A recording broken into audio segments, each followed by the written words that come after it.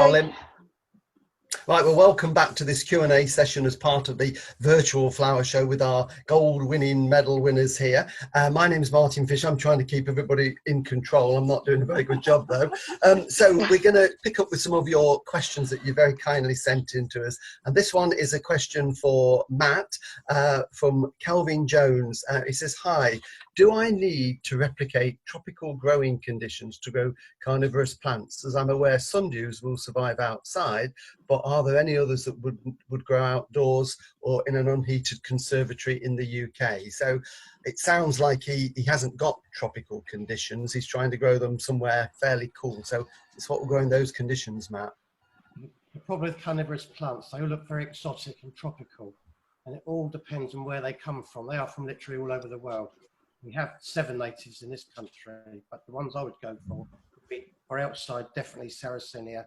We've done a trial for the RHS on the nursery. They're bulletproof. We had them down to -10, frozen solid in a wet bog garden. So I'd go for those growing them outside. If you want sundews, and he wants to go for things like Rotundifolia, Intermedia, and Drosera anglica, those 3 are hardy, but they're not that widely available at the moment. They're quite short supply. Okay, but they are available if you do a bit of searching. Yeah. Okay, right. So there are some, and I agree. I mean, Sarracenias, you see them and you think they're going to need really warm conditions, and I think a lot of people are misled by that and find a bit surprised when they find out that they are hardy and will grow outside. So, yeah, have a go with them. We did an undrained bog a couple of years ago, and they were sat in water above the rhizome, frozen solid, and there's not many perennials that would survive that. So we're very surprised. Oh, absolutely. Good. Okay, so have a go with those, Kelvin. So when you can get your plants, you can create your own little carnivorous forest of plants there. Right, this is from B. Johnson, and this is one that's going to be for Vicky. What is the main difference between heucheras and tiarellas, and can I grow them in the same area? Also, what's the best way to propagate them? Okay, gosh, that's a lot in one question. It is. It is, yeah. Okay, so tiarella, all green, lots of markings in the centre, nice shaped foliage, fingers, heart shapes, those sort of thing. Starry flowers, common name for those foam flower, and when they're all open, that's how they look. And then when you've got the heucheras, you've got loads of colour in the heuchera, and that's fabulous. So you get these gorgeous bell-like flowers come up, cross the 2 together, and you're going to get the heucherella, and that gives you all the leaf shape from your tiarella and all that fabulous colour coming in from the heuchera. So that's, I think that answers the first bit. What was the next bit? The next bit was, what's the best way to propagate them? Okay, right. So when they're growing, they make lots of crowns. Best to do it when they're 3 to 5 years old. Don't do it when you get a new plant. When you get a new plant, you don't want to be taking all the babies off it, as I'd say, because if you do, you probably might not do it any good. So wait till it's about 3 years old. In the spring, just look at the crowns around when you're tidying it up, and you can see the crowns there, and you just tease them off. I never use a knife on them because I have a lot less success that way. I just pull it down and I just tidy it all up, pop it in multi-purpose compost, give it a water, not overwater it, and that's it.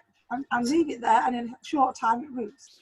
So has this got roots on it? It's just, or is it just like a little base or stem cutting really? You're pulling, right, okay. So you're taking a sort of an offset without roots. Okay. And is it too late to do that now? Because, you know, I'm just thinking of the heucheras in my garden are now making that nice new flush of growth. Is it too late to take them off and do it? No, it's not. But obviously the weather's warmer, and as the weather gets warmer, you're going to have to keep your eye on them more because they will go. But fine now. Fine, yeah, good time. And actually, that's on that video of mine later on. Oh, right, okay. Yes, I'm doing that actually in the video later on. Okay, so B. Johnson, you need to watch that one to find out exactly how to do it. So you're getting, it's like a private tuition, isn't it, you'll be getting? Yes. Right, okay. Yeah. Thank you for that, Vicky, that's great. Another peony question's coming. This is from Tim Jones. He would like to know, Alec, what is the most easily grown variety and what soil conditions will it tolerate? So I think this is somebody who wants to get started and want something that they're guaranteed success with by the sound of it. So anything that's fail proof? Well, they're all pretty easy, actually. They're really easy to grow, and they might look really delicate, but actually peonies are very, very hardy in the main, particularly in the UK. And I think they're perfect for beginners. You've just got to remember with herbaceous peonies, 3 kind of rules, really. You need to plant it in full sun or part shade. You need to have free draining soil, and any kind of soil will do, really. Peonies aren't generally that fussy, but it must be free draining. And the most important rule is to make sure you don't plant it too deep. So the crown only wants to be about 1 inch or 2 inches below the surface. If it's any deeper, it won't flower. And equally, if you're mulching your borders, remember, don't mulch over the crown because you'll bury the plant. But if you plant your plant correctly, and you've got a well-established plant to start with, you can pretty much plant it and leave it. You'll probably have to put a plant support in the spring, around about now. If you're using the herbaceous Lactiflora type, they get quite tall, and sometimes the flowers are so heavy, they actually pull the plant over. And you can feed it once or twice a year, something very balanced, very low. I would recommend our peony feed, but you can apply that in the spring when the shoots are just coming up, or in the autumn. But they're not particularly hungry plants unless you've got really light soil, in which case you will have to feed a bit more. And really easy to keep. They'll die down, herbaceous ones will die down completely in the winter. Just chop that off in September, October time, and it'll come back again next year. They last for 50, 60 years mostly. So it's a long-lived plant. Every year you should get more flowers and more buds and more colour. And finally, they don't really suffer too much from pests and disease. So really very little to worry about. Slugs don't tend to trouble them, rabbits, deer, all the rest of it. So really easy, bulletproof, in my view, a great plant for a beginner. Okay, good, thanks. Comprehensive answer there, Alec. Right, Lynn, one for you. This is on Streptocarpus. Can't find it on my list. Oh, right, yes, this is from Sheila. She's got a Streptocarpus and it grew well and flowered last year. She wants to make it bigger. So she's wondering if she pots it into a larger, something like a 12-inch pot, will she get a mass of Streptocarpus that she can enjoy in her cool conservatory? A 12-inch pot would be rather big for a Streptocarpus. You don't mean a 12 centimetre. Because, I mean, we would start off the first year in about a 10 centimetre, a 3.5-inch pot, and then move up in the springtime, the second year, into about a 13 centimetre, 5-inch pot. The trouble is, if you put it in too big a pot, there's a good chance that the roots will start rotting if the compost gets too wet. They do like to be on the tight side, and also if they're fairly pot bound, they will flower a little bit more.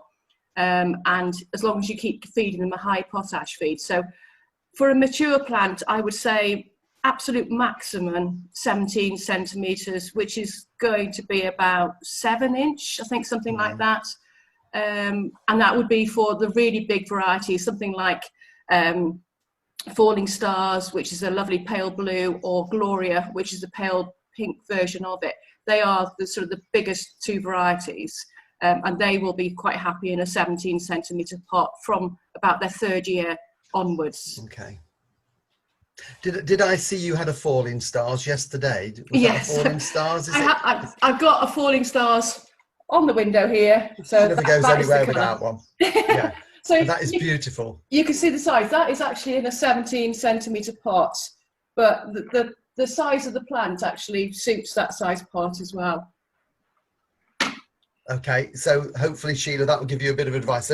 So ignore the 12-inch pot, get rid of that, go for something a bit smaller, otherwise you're probably going to finish up there having some problems. So right, we're going to leave it there just for a minute, and we're going to come back with some tips and look at some plants and a few more questions in just a second.